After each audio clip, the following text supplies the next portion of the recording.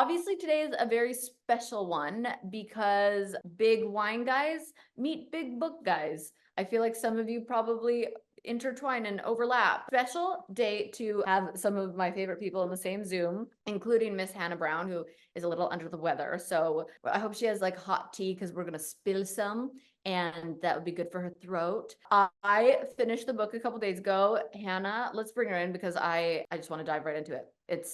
I love that you did fiction, Hannah, and we're going to talk all about it. Hello. Everybody say hi to Hannah in bed. You cute little, like, oh, you poor thing. How are you feeling? I Not actually am feeling a lot better today. good. Oh, good. I feel like I sound better. I think didn't I send you a voice note this morning? I think I sound a lot better. I've been pretty down and out, but Well, we're on the up and thank up. God. We're on the up and up. Your hair looks amazing. I genuinely have to be. Like my week is so busy that I've just got to figure it out.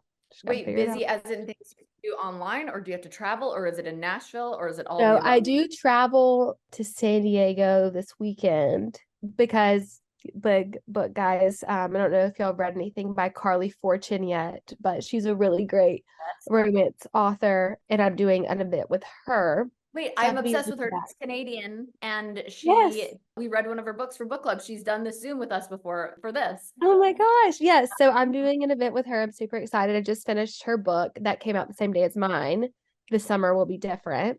Yes. So good. And it made me, have you ever been to Prince Edward Island? Yes, it's one of my favorite places in Canada. She wrote about it so well. And I was like, man, maybe I need to go to Canada, go to Prince Edward Island. But yeah, so I'm doing a book event just talking about her book, like we're doing today. But no, I have like I have like a shoot for something that I can't really talk about yet. And then also have like a big meeting for a potential something this week. So I'm just like, I gotta bring it, even nasally and all. But sometimes that shows your dedication. And I feel like when you feel like under the weather or like hung over, this is how I get sometimes. I'm like better. I'm like more on because I'm like, I gotta prove myself. So I feel like you're gonna cry. I'm so glad to be here with you guys. You're like trying to convince yourself. You're like, yes. Yes. I am going to crush. Well, hopefully this is the last of it. I feel like if you've been sick for like a few days, I feel like this is the turnaround. We want to start with a few questions. I want to know how your book tour was because I think you did a book tour for your first book, or was it during COVID so you couldn't? It was during COVID, so I only got to do like 2 events, I think. Not much. Oh, Yeah, this is okay. my first full tour. And how was it? Yeah, I freaking loved it. Like, I get why you do tours and love them. Like, they're so fun. I was so excited to be able to go on your tour for the podcast. It kind of like got me in the right mindset. It was so great. It takes a lot of energy, I will say. I think that's why I probably got sick because I was just hitting it so hard. And Every then, time I do something like that, every time I come home and I get, yeah, so it kind of made sense because nobody else got sick either. So I think it's just my immune system was probably down from getting to hang out with so many people, but it was so fun. You know, I'm sure you probably feel this way when you do tours. Like you have all these millions of followers and people who like buy your products and like support you, but you never really, the only way to get to really know who those people are is to get to meet them. And I had never gotten to really had the opportunity to do that. And so it was so cool to like see who the people are that are supporting you. And I have to say, I was like, wait, everybody is so kind and like cool, and I want to be friends with these people. And that felt so good. I'm like, I feel like everyone in this group here can say I say that all the time. Like that is because I think especially for you, if you've never done anything like that, I've done tours for like, I mean, I started probably 6 years ago doing tours for the podcast. And, online you get a lot of noise and some trolls and mean people. And then you think, is this what people think of me? Is this how they treat me? And then you get to go into a room of just full supporters of people who believe in you. And you realize like why you do what you do. You realize like, oh, I want to keep going because these are the people that matter. And then I say the same thing all the time. Like I would be friends with all of them. It's just a special experience. yeah, I mean, people who went to the tour, like I would be like in the middle of signing something, I'd be like, why is everybody just like so cute? And I mean beautiful, like obviously beautiful, like inside, but also like people are just like I beautiful, like know. beings, and not I just know. like, I'm not just saying like physically, even though a lot of everyone was, but it was like beautiful Yeah. beings. I was like, oh, I love that this is what I've been able to create, but I couldn't have done it without these people. And yeah, it was really, really special, but it was crazy travel, but all genuinely worth, like people be like, do you really like this? I'm like, I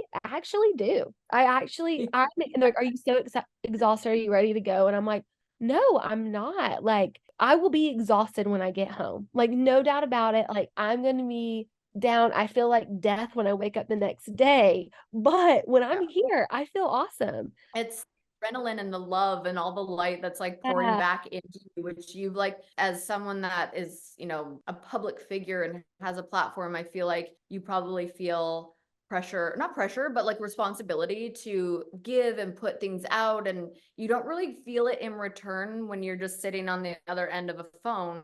And if you do, it's from reading DMs that are nice, sure, but to actually like feel the energy from the other people who support you is a whole different experience. And everyone, like you said, everyone's just always so kind and like beautiful beings. I totally get what you mean. It's been cool now. Like, I first started the tour, people were just getting the book.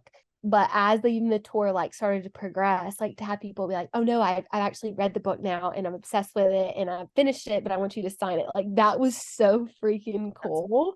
Yeah. because you wrote God Bless This Mess and then go to fiction. Like, not a lot of people do that. It's like a lot of reality stars will come off TV and write a book about their life because it's so crazy and they have wild experiences. And a lot of people in Bachelor world will write a book and it does well. But to have the confidence, or maybe not, and just have the, what is it, like the not afraid to fail Yeah. mentality to do something different and step outside of your comfort zone, to do that is so impressive. So what made you want to write a fiction book? Kind of like you said, like the writing the first book was not something I ever dreamt of. I'll say that. Like I was like, I'm gonna write a book about my life. Like people are gonna like I never thought about that, but I've always wanted to write fiction. Genuinely, like always wanted to write a novel. I've always enjoyed reading and writing. And I think if you're an avid reader, a lot of avid readers kind of have that dream of like, oh, like this could be something I want to do one day.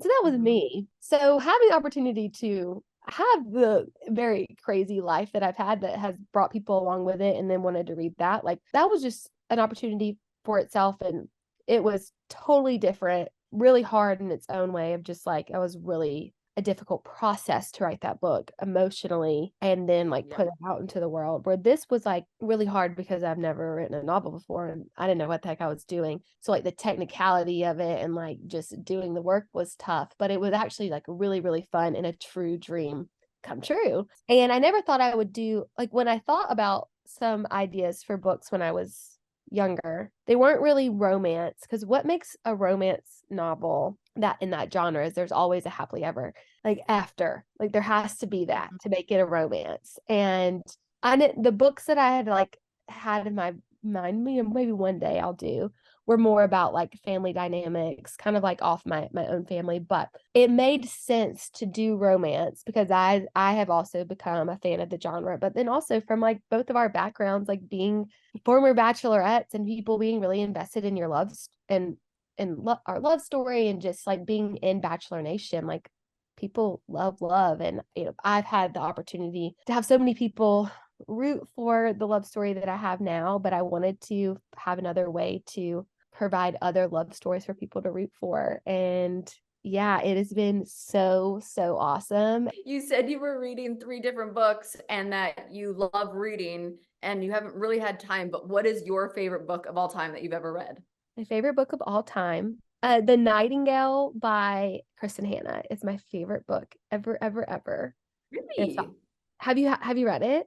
I have not read it. Oh my gosh, it's so good. I mean, I love historical fiction. So Yeah. anything historical fiction, I'm like obsessed with. You know how guys like the Roman Empire, like what is your Roman Empire? I think for me, it's anything World War II. Like I'm obsessed. So it's a World War II Really? romance like thing. And it is. I see somebody saying like it's like most heart wrenching tale. It's like you're gonna cry, but it's amazing. No. It's amazing. Well, I like when books make me feel things like that. And one of our listeners wrote in and asked, do you find, I know the answer to this, but do you find writing therapeutic? And before you answer that, I'm going to tell you, everybody listening and watching, the first time I went over to spend time with Hannah after you came off The Bachelorette, I was so cuted out by all of your like notes and papers and journals and everything. You are a writer. Like I was like, oh, you just sit out and write. And you were like, yeah. And you were like flipping through pages and pages and you just write. So I'm assuming the answer is yes, but I'll let you answer. Yes, I would say so. I think like anything though, I'll be very transparent. It depends on like what stage of life I'm in. I can feel like definitely like writer's block, and it can be hard like if I haven't fully processed something, or I have like a full block of like in my own life, not just for like writing like for work, but like for myself, which a lot of people, Right. ask about and can have a hard time. Like there are times in my life where it's just like flowing out of me and I just like need to get everything out and it feels so good. And then there are times which I hadn't had in a while, and I've gotten out of it, but I had a season for a good while where I was having such a hard time writing anything. Like it was so hard to process, but I think I was just like in a block emotionally, but it helps so much. It's actually like realizing even in the therapy that I'm in now, like how important that it really is, so important for processing things too. And I think where I had like a really good therapist and was trying to kind of do it on my own, that was my only way, my only outlet was to write. And so I'm so thankful for that. And like you said, like I have years and years of like journals and things where I've written or something like spoken to me, whether it was like a speech or something at church, like a sermon or just something I see on TV. Like I would like take whatever that was and like write about how it made me feel. So yeah, I love it. And I think it's great. But I also have, like I said, times where it doesn't come as easy and I just have to like force myself. Well, that's, I think every single writer, the best writer in the whole world gets that. So it's Yeah. like, it's interesting because this is the worst comparison ever, but I even have blocks with like what I want to say on like an Instagram story. Like I'm like, what do I have to show up and speak every day? Or like, am I allowed to take time off to feel creative and funny again? Or like, what is this relationship I have with this screen? Like, I find it so interesting that I even get blocks with that. And I can't imagine if I was, because like I do a lot of writing with my intuitive coach who does like journal prompts for me and gives me actual things to write. And I've done a lot of just like the free writing where I just won't stop. And I was reading my journal from 2018 and I was free writing, and so it went through so many journeys of like what I want in my life and what I don't want. And then I said, I don't have anything right now, but I'm still writing. And then I said, I'm Kaitlyn mother Bristowe. I was reading it back and I was like, yes, queen, I need 2018 confidence back. It was amazing. I love reading it back. But do you ever just read back on your journals, or do you feel like you write them and put them, you like reflect? I did a lot in that first book. I had to like for like trying to process my life. But yeah, I definitely do. I'll like flip through and like I think it's so good, especially when you're having like a bad day, to look at days that like you were feeling so great, or vice versa. When you're feeling so great, the gratitude to see like where you come from, like just being so grateful for like, oh, that bad day turning, like if I just made it through that storm or that season and now I'm feeling so grateful for where I am now. So I think it's actually kind of important to look back, to have gratitude for where you're at now, or to get more when you're not feeling a lot of clarity, to be able to like find clarity through past versions of yourself, maybe truer versions of yourself. So yeah. That is so true. Like looking back on just like certain things that people who do that, people who journal, myself, you, if you look back on it, just like to love that version of yourself that existed once and to see how Yeah. far you've come is so rewarding too. Okay, we have people that will come on and ask a couple Oh, questions. And then we'll bring on a couple people to ask, and then we'll let you. Well, then we have one quick game, and then I'll let you go. okay. So you mentioned on your bonus episode of your podcast that you want the story to be told, turned into a TV show or a movie. And so in your dream cast, who would play these characters? My dream Emma would be Emma Stone. Oh, yes. Oh, yes. Because I'm just obsessed with her. But that's like reaching like really, Never really know. far. Who knows? Rom-coms are coming back. So, They are. they really are. Especially turning books into rom-coms, because I feel like reading is becoming a thing again, and to turn it into a movie, I feel like it's happening. So Yeah. you just put that out there. She would be my dream. I also like if I went for somebody like newer, I wouldn't say she's up and coming at all, but like not newer, just like that next generation. Like I really love Sadie Sink, could be awesome. Jesse Williams was like my idea of who Finn was, because I was like obsessed. I used to watch Grey's Anatomy when I was younger. And I'm not like, I still don't do it, but like I think he's so hot. And so Jesse Williams would be like, he was like my idea for Finn of like what I wanted him to look like. But I don't know, like that's kind of like the main He's people. still hot. He could still be in there because He's still hot. You watched Grey's Anatomy when you were younger. I watched it during COVID for the first time, and now I rewatch it every night to fall asleep. But he is like one of my top celebrity crushes. When I watch it, I'm just like, he's beautiful. It's beautiful. I know. Did anyone in your personal life inspire the characters in this book? I know you inspired a couple of them, but tell me more. Yeah. Yeah. I mean, people wanted to know if it's like certain people. And I'm like, I hate to break it to you. It's not. Like, it's not really one person at all. The only way, at least for me, I mean, I'm still new to this, but I have to write from truth in some place. So all of these characters have to come from an experience that I've had with somebody else, or how I've like felt about myself, thoughts and feelings that I've had. So it's kind of like Finn is parts of a lot of different guys that I've been in a relationship with, and also parts of myself. Like genuinely, like Finn is part me too. Emma is definitely a part of me. The book has this group of best friends, the core four, and like it's very like one of the core four, Nikki, seems like the most obvious of me because she was she was like on a dating show, whatever. But like Emma is a big part of me too, and so is Sybil and Willow. But not one character is just all of me, or it's all just like little parts, because that's kind of the first idea that I had for the book, was how could I display different parts of me that maybe other people don't know as much about in a way through these four women. And I really, the book started out, the idea was around a group of best friends and them navigating their love stories together. So yeah, the equally kind of dispersed of like parts of who I am, and also like my friends. Go back and read it again. Yeah, like I'm drawing inspiration off some of my friends too, and they're like added in there, so it's really fun. Yeah, that is fun. Okay, well, let's bring in a couple people to ask you a couple questions, and then we'll play a quick game and have you on your merry way. All right, let's do it. Okay, so I have two questions for you.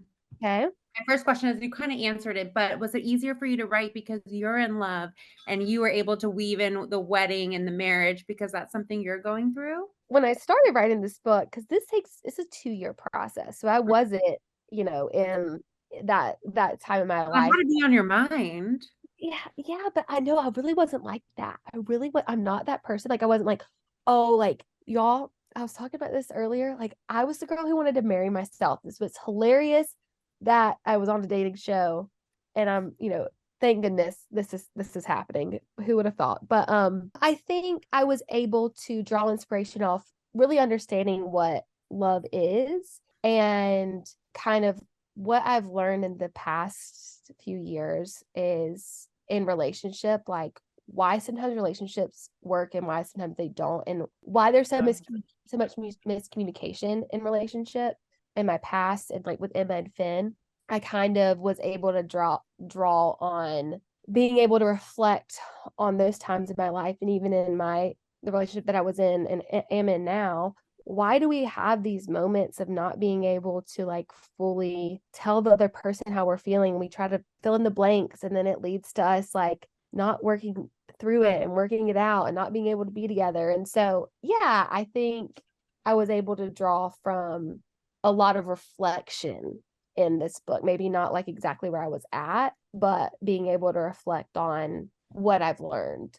And then you mentioned also that you're writing a second book. So I don't know if you're able to tease this, but is this second book with the same characters? Are we getting a part 2? So yes, book 2. I wouldn't say it's a part 2 because it's not a sequel, as in book 1 is all on its own. It's wrapped in beautiful Beau and then Finn's relationship, but it is the same characters. So I'm sure there's a character that you want to know more about from the first one, the first book. Does it start with the letter S? It might. It Okay. might. It's a good chance. There's a good chance. And it's been really fun. I've been really excited, and it's been a really fun book to write. Was working on it a little bit this morning as I was dying, but I'm really pumped, and it makes me like even more excited now that everybody's read the book to see how interested people are in the other characters. And it's like, I'm like, I gotta hit this one out of the park, but it just makes me more motivated to just get it right. And I'm really, really excited for book 2. Well, we can't wait. Awesome. Thank you for answering my questions. Yeah, It was so fun. thank you. That makes me so excited because I feel like I left that book being like, what? I need so many more answers. Yes, let's go Oilers. Yes, Megan. I got it on too. I'm really hoping that they just score while we're talking right now. It would be great. Then Power play. Then we'll have to Zoom for every game. So oh yeah, we're on a power play. Hell yeah. Okay, ask your question. Go. I wondered how long the process took. So you said at least like 2 years and whatnot, but from when you had the initial idea, like when did you start to think, oh, I want to write this type of fiction type thing? And then also, how long did it take from that initial spark to publish? Thank you, Megan, for your question. I actually had the idea to start doing novels like right after The Bachelorette, when I got my agent, and they're like, what do you want to do? I'm like, I don't even know. I don't know. They're like, Wildest Dreams. And of course, like a lot of the shows that I did after that, like could never dripped up, but I always wanted to write a novel, like I said. So I had started an initial book actually in like 2020, but it was going to be YA, so young adult romance, still vibes, and was still kind of like this group of girls type thing. And then that kind of got scrapped, then like kind of took some time away from it, and then started back up like 2 years ago with Mistakes We Never Made. So it's been like something that I've been working on for a long time, but kind of had to like start fully over, and then decided to do adult romance. And yeah, it here we are. But it was definitely a concept that had been like in my mind for a while, and then changed, obviously, changing genres, but the whole like being parts of me and the different group of girls, and then the love stories coming off of that has been like since 2020. Did anything really push you from going from young adult to adult, or maybe just your age?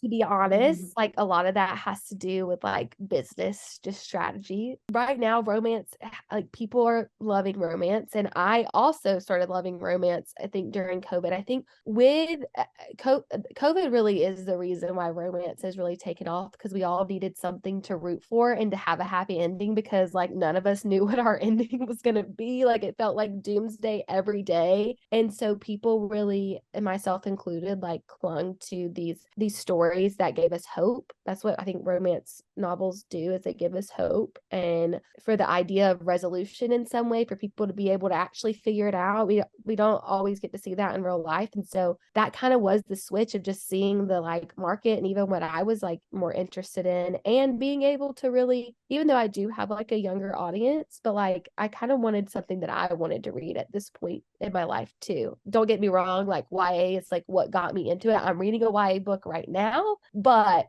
there was a kind of a lot that went into making that decision, but I ultimately think it was the right one, and makes me more excited to write more. Like I don't think I'll get like tired of it as much as maybe YA I might have. Okay, next person.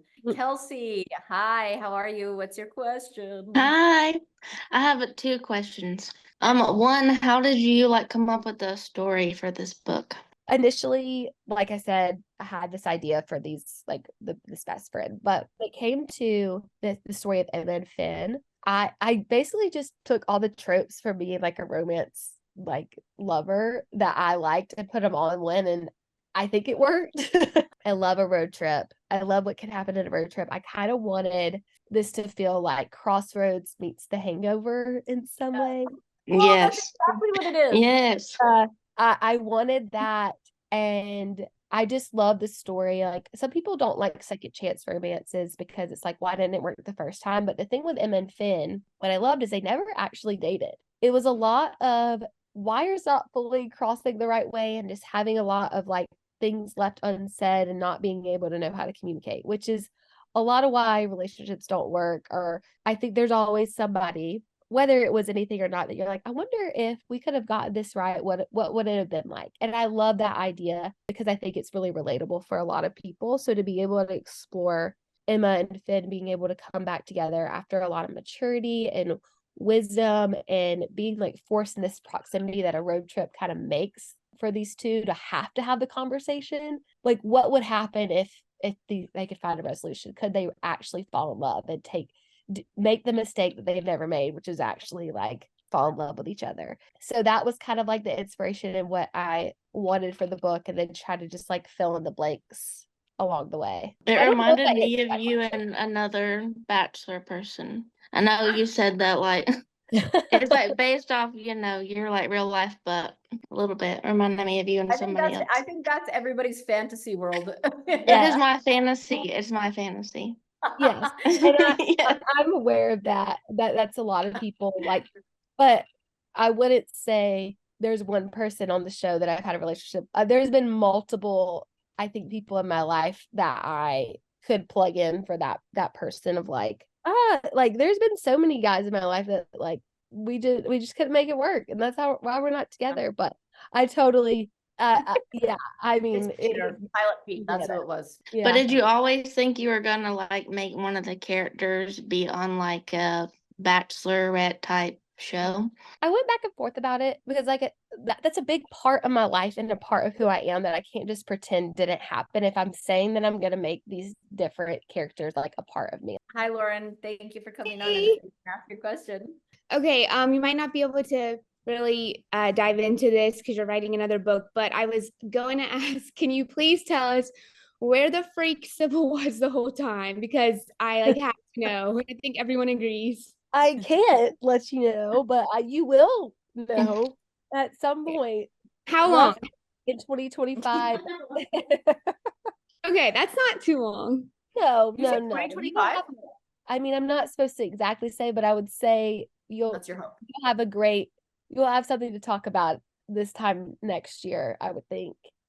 Yay. Yeah. So to be honest, it's changed a few times. Well, yeah. I'd love to kind of open, but I'm excited for you guys to at some point her Amazing. what's going on. Yeah. Okay, last one. So while I was reading, I noticed that like you mentioned things about your life, like moving the podium or like being called the Beast, and obviously like being on the dating show. What else did I miss? So there's a few little things in there that you would not know, like except maybe like reading in my first book, like the way that Sybil and Emma become best friends was actually how I became good friends with like my first best friend in kindergarten. When they have like I wore these denim shorts that had these little, oh my gosh, not sequins, I can't think, beads on them. And I was really shy because I was like scared to go to kindergarten, and I hadn't really made any friends yet. And we went to the bathroom. It's a little bit different than the story, but we went to the bathroom. I was washing my hands after I went to the bathroom, and my friend goes, or the girl goes, I like your shorts. And I was like, thank you. And we literally walked out of the bathroom best friends. And that's kind of like one of those stories I just like added in for my own life. But there's a few things like that like you guys probably wouldn't know, but like I said, I'm just writing off of like truth of like, how did I meet a friend, or what did I do when I was in California, or the wedding venue. It's like from one of my best friend's weddings that she had, like I drew inspiration from that. So like there's like little things that are like part of my life a little bit that I just like added in there. There's probably a few more, but I can't really remember right now because we are dying. No, that is totally fine. I was gonna say, and with that, you need to go get some rest. I'm scared. Yes. Okay, this is great news. We're gonna end it on a high note. Thank you, Hannah, for your time. That was I so feel generous. so of you. bad that I was Why? sick because You literally showed up still in bed, congested, sick, and tired. Everybody give her a round of applause. That's dedication, and we love you for it. Well, I love you guys. Thank you so much for having me on. And I don't really know much about hockey. Go Oilers. Go Big Book guys and Spade and Sparrow Club people. I'm so glad I got to hang out with you guys. I love you. Thank you so much for coming. You. Yeah. Hey, feel better. I will. Thank you. Bye, guys. I'm Kaitlyn Bristowe. I'll see you next Tuesday. See you next